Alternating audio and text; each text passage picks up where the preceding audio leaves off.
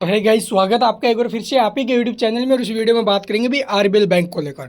RBL bank ने अपने quarterly result disclose किए, तो कैसे हैं क्वार्टर वन के रिजल्ट, चलिए देख लेते और इसका इम्पैक्ट कल के दिन हमें कैसा देखने को मिलेगा। तो यहाँ पर देखोगे तो आपको जो इंटरेस्ट इनकम है, ठीक है, जो इंटरेस्ट से अर्न किया है वो यहाँ पर देखने को मिलेगा। और all figure in rupees lakh में दे रखा है। भी स्टैंड लोन देखेंगे, करंट क्वार्टर ये प्रीवियस और ये प्रीवियस ईयर का सेम क्वार्टर। तो यहाँ पर आप लोग देखो, जो अब की बार हमें टोटल इनकम देखने को मिली है जो ड्यूरिंग दी क्वार्टर है भाई, अब की बार वो है लगभग 4,30,170 लाख करोड़ में कन्वर्ट करें तो 4,301 करोड़ 70 लाख है। जबकि प्रीवियस क्वार्टर में क्या थी इनकम, 4,214 करोड़ की। और वहीं प्रीवियस ईयर के सेम क्वार्टर में 3,541 करोड़, यानी कि ईयर टू ईयर इनकम में jump and quarter to quarter भी हमें इनकम में जंप देखने को मिल रहा है। इसके बाद देखोगे भी इसके एक्सपेंस यानी जो खर्चे किए हैं, तो यहाँ पर आप लोग देख सकते हो भी टोटल एक्सपेंडिचर। तो अब की बार जो टोटल एक्सपेंस है वो 3,442 करोड़ के, प्रीवियस में 3,327 करोड़ थे, प्रीवियस ईयर के सेम क्वार्टर में 2,893 करोड़, यानी कि ईयर टू ईयर एक्सपेंस में jump and quarter to quarter भी एक्सपेंस में जंप है। और अब की बार जो इसके रिवेन्यू है वो एक्सपेंस से तो ज़्यादा है, मतलब कंपनी बैंक ने फिर से प्रॉफिट बनाया है।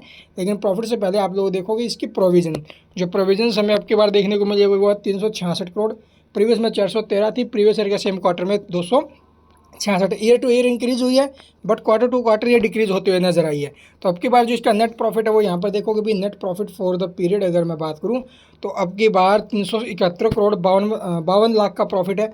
जबकि प्रीवियस में 352 करोड़ 64 लाख का था, प्रीवियस ईयर के सेम क्वार्टर में 288 crore. Year to year and quarter to quarter profits में काफ़ी अच्छा जंप है भाई इसके। इसके बाद आप लोग देखोगे भी इसका अर्निंग पर शेयर यानी कि ईपीएस।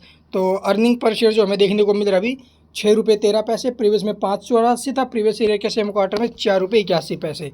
इसके बाद इसके देखो भी आप लोग एनपीए और ग्रॉस एनपीए वगैरह, नेट एनपीए वगैरह है।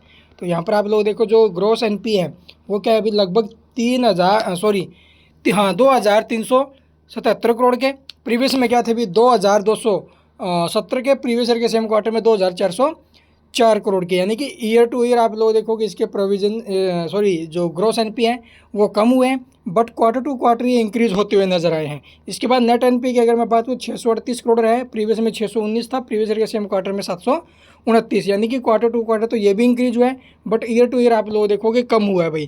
तो नेट एनपीए हमें क्वार्टर टू क्वार्टर बढ़ते हुए नजर आया। इसके बाद डेट इक्विटी रेशो आप लोग यहाँ पर देखोगे, यहाँ पर 0.98 का है, ये 96 का है, और ये आपको देखने को मिल रहा है अभी 1.06, यानी कि प्रीवियस के मुकाबले डेट इक्विटी रेशो कम हुआ है, जो कि एक अच्छी बात है। इसके अलावा रिवेन्यू सेगमेंट से यहाँ पर देख लेना वीडियो को पॉज करके भी। तो ये इसके रिजल्ट्स है।